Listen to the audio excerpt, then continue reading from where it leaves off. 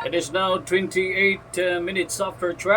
Welcome back sa programa. Inyong lingkod, inyong amigo, inyong kasama sa mga magagandang gawain. Okay ha?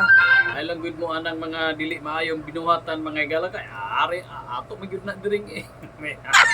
Ato na isgutan dire. Ha? Basta tinarong lang okay ta na. Ulan-ulan na. Talaga naman oo. Umuulan na naman sa labas mga ka-Gym 5. Saon man nato na kay gaulan-ulan man. Okay, pasilong. Ha? Silong. Kung asa mo pwede kay mahirap na. Sabi nila, mahirap daw magkasakit. Talaga naman. Ha? Tinuod man na ba kay kabalo naman ta sitwasyon karon. Mahal kang tambal. Ha? Mahal kaayo tanang mahal. Wa gyud. Ha? Wa gyud mga igala. Wa gyud tay padulungan anak. Lisod kayo, doon ay bation. Oh, anyways, malipay man sad ang mga kuan ana, mga politiko kay doon ay uban nga malipay, doon ay sa uban mag-uol. Kay syempre, adto na sa dila mangayo, no? Tabang katong mga kit doon ay kasing-kasing, pero ang uban sad mag-uol kay sa puning ari pud sigbalik balik og pangayo mga igala. Ha? So, amping gyud, kapote, kalo.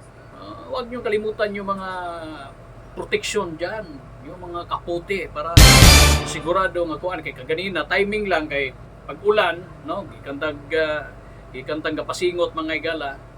So from Liantero's Power Tech Gym ay maingod to ni Mr. and Mrs. Ryan Medeliantero. Ato kauban sa may panglawas sa dinha, no? Salamat kuan gining gikanta pagkanaog nato. Uy, igo gyud nga nakagawas ta ni ulan man.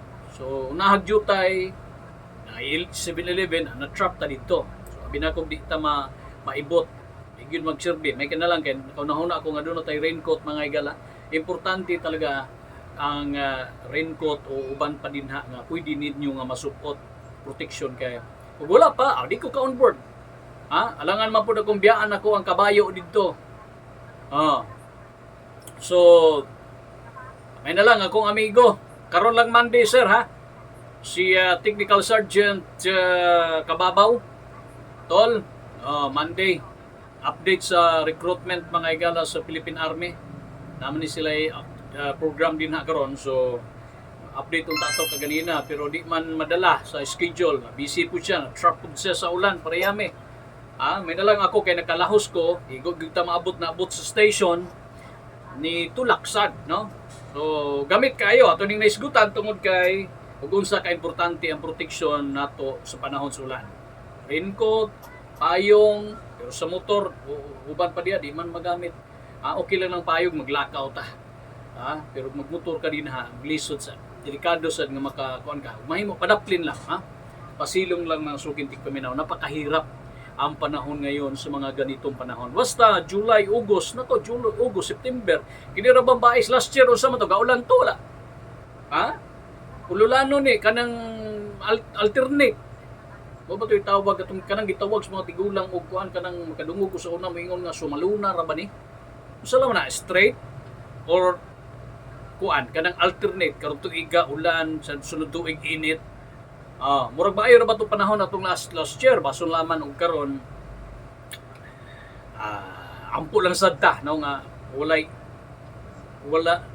problema o dili mo dako kaning issue kabahin sa ASF mga igala or African Fever Swine kaning ASF. Gani ato pang hinauton nga wala ni kay lisod na sad kaayo. Ang atong mga supplies baboy maipit lagi kay once nga doon na sa kalugar, ang mga baboy magud apektado. Ampo lang ta, ha? So far, wala pa kadungog. Dito sa atin, wala pa tayong naririnig na issue na meron sa ibang mga LGUs. Minado na dito na kuan na sila, kanang affected na. Ang uban, no? Nato mga kaigsunan. Okay? So, amping sad ha, kay ulan, balikan na to. Doon na ito'y gapost gani. Gamay ra gani itong ulana pero sa Kambuilaw, atong barangay, doon na ito'y di asumtre. Diha kay medyo ubos og jutay manggod, no? So, pasog ni hura na diha, dapita. Wa na ba baha? O nisulod na kuno dito sila hangguan. Baso na magmawala ron kay di lagi na to matag-an ang tubig. Once nga ang tubig mga higala makasulod na, pareha atong dunay gamay nga baha, gisulod si rider ang iyang motor, bang! Pinilit na tumawid. Ayun, munti ka na. Hapit na unta to sa duol ni kusog natumba yatang gipunit siya mismo hapit maanod. May na lang niya ni attempt pag yun siya og kuha siyang motor. Ayaw na lang ta. Kung di na maanod kay gamay ra hulat nang muhura ang baha. Di man siya maanod. Mao ra magihapon. Kaysa ang inyong mga ang kinabuhi mo'y angay i-priority. O alanganin ayaw gyud mog labang. Huwag nyo nang pilitin kapag alanganin ang lugar. Di kay pila ka buok na hunusan sa kinabuhi diha. Tungod aning paglabang mga higala kay ganahang mauli gyud. Ayaw, di man na nato mabasol no. Ang panghuna-huna lagi sa tao nga makatabok lang ni, kaya lang ni kay ang kumpiyansa nga pila na katuig amo na ning nahimo para makauli. Pero dili tanang panahon kay daghan sad ang mga biktima dahil sa baha. Kaya kayong mga kurap, kung meron pa kayo hanggang ngayon, kung nag-i-exist pa kayo, itong issue mga higalas korupsyon diha sa kini nga flood control issue nga makaulaw, hopefully wala na ron. Pero maramdaman na ninyo, maramdaman na to na og naa pa ba diha sa inyong lugar. Kamo na maoy, kayo nang bahalang tumingin. Uso na ang social media, mag-picture mo, mag-video mo para mo viral. Unya ang ato ang kining sa Senate sa taas o ubos o taas balay balauranan which is ang Congress, sayod man ta nga mulihok yun sila. Andyan sila di ba? Ramdam at narinig at nakita natin yung kung ano yung hirap ng investigasyon na ginawa nila ngayon dito sa flood control issue mga higala. Apil, sangkot, karamihan sa mga watang ingon nga tinuod na tayo pero ang investigasyon nagtugaan nga naakuno. Meron daw ang mga nangawala nga budget para sa flood control mga sukintig paminaw. Di ba? Di na ito na malimod. Hanggang ngayon umuugong ang investigasyon ukol dyan. At sana naman, no? Walay katinuuran. Bakak man. Pero pagtanaw mga higala, mo ninindot, kay nangabungkag man, ang uban wala gyud. Kung sa may tawag ni mo, Ghost project nga nawala o project nga wala gyud? Ang investigasyon karon na nagpadayon, and I hope nga ang uban gani niuli na pila to ka milyon giuli sa gobyerno. I think 800 million plus. Kung hindi ko nagkakamali, correct me if I'm wrong, comment lang na ninyo din sa ato ang mga uploads niya og pila.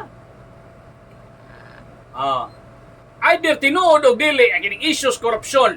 Ang importante mga higala, giimbestigahan og atong nakita nga aduna gyoy investigasyon nga gihimo sama sa investigasyon ni ining gitawag natong impeachment trial karon ni VP Sara. Iwan ko ba? Bason og dili maipit, no? Hindi apektado kanang investigasyon mga higala sa flood control issue, flood control alleged corruption issue mga higala o sa impeachment, no?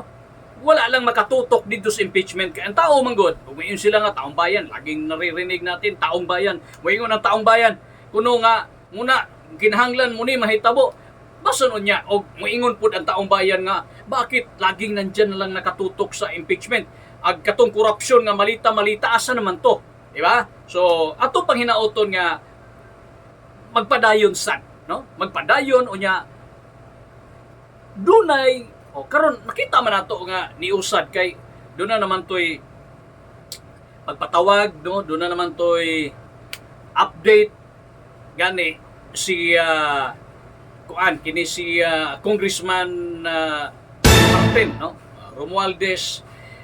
Usa naman to sa kung nabalaan murag ni gipatubag na, no, or matubag balo ko mutubag yun kung ipatawag or ipatubagon kay syempre ay gyud limpyuhon sa dang iyang kaugalingon kay apil man siya ni. Katulang si Zaldico, congressman ko, ug asa na to karon mga higala. So hulat lang ta kay naman na ato na itugyan diha napita sa husgada o gugusa investigasyon din sa kongreso. Duwa naman sila karon diha o asa man mo abot ng korte ni ang ato nga dunay investigasyon nga hitabo and ay sugutan masad din sa suna ni President Marcos. Kay unsaon makabot paano natin makamit ang unity na sinasabi niya? Kana pag-ingon nga panaghiusa kung nagkawatak-watak mga higala tungod sa politika. Di ba? Nakalandrakas naman karon ang Congress. Iba-iba man na diha karon, lain-lain man na dinha. Tapos doon na impeachment ni BP Sara. So kung ganito, paano natin makukuha yung unity na sinasabi? Pero wa ta mo ay paglaom na ato gihapong dawaton nga naay unity pag-abot sa panahon mga higala. Development. Sala pa man to. Uban pa nga nahisgutan, no? Kung doon ay panaghiusa, doon na gyud kalambuan mga sukitik paminaw. Ubason nga mo na mahitabo maabot sa tibuok Pilipinas. Kung ato tanawon ang uban mga negative kay balita ron. Ang padakpan ang usa ka tawo may idayon sa mahinungdan nganong nihimo magkakrimen tungod sa kalisod. Pasog mawala na nakuhon. Basta paningkamot o tinarong rapod usab ang angay nga buhaton mga higala. 40 minutos na nakalabay sa alas 12.